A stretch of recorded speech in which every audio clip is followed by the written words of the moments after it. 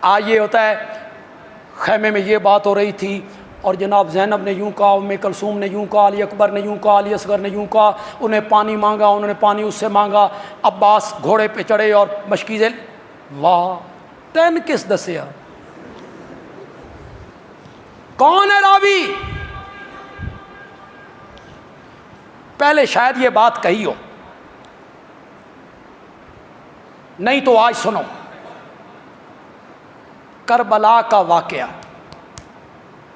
یہ سارا واقعہ، اس پر جو سب سے پہلی کتاب لکھی گئی اس کا نام ہے مقتل، مقتل حسین۔ کیا نام ہے؟ کس نے لکھی؟ لوط ابن یحییٰ ابو مخنف، اس نے لکھی۔ یہ چشمدید ہے، یہ کربلا میں تھا،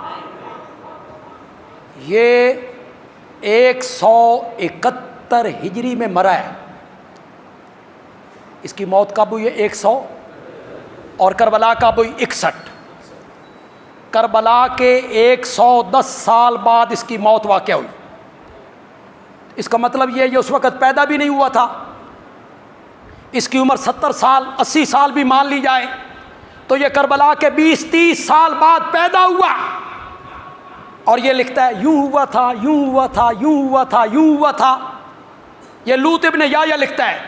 اور سنو، اگر تم اہل علم لوگوں تحقیق کی کوئی قدر کرنا جانتے ہو، اندھا دھند تقلید کا میں ذمہ دار نہیں ہوں، اندھا دھند تقلید کرتے چلے جاؤ، تحقیق کے میدان میں آؤ۔ تمام محدثین نے لوط ابن یحییٰ کے متعلق لکھا فَهُوَ كَذَّابٌ۔ کون تھا؟ شیعیٌ جلا بھنا۔ کیا لفظ ہیں جی؟ جلا بھنا۔ تمام محدثین نے لوط ابن یحییٰ کے متعلق لکھا، یہ سب اس کی روایتیں ہیں۔ طبری نے لی، طبری کہتا ہے لوط ابن یحییٰ یوں کہتا ہے، طبری نے لے لی۔ البدایہ والنہایہ میں علامہ ابن کثیر نے ساری باتیں لکھی، لکھ کے آخر میں کہتے ہیں دل تے نہیں مندہ، طبری نہ لکھتا تو میں بھی۔ یہ تاریخ ہے جی۔ ان کا ماخذ کون ہے؟ لوط ابن یحییٰ۔ کربلا کو سب سے پہلے کس نے بیان کیا؟ زور سے بولو، زور سے بولو۔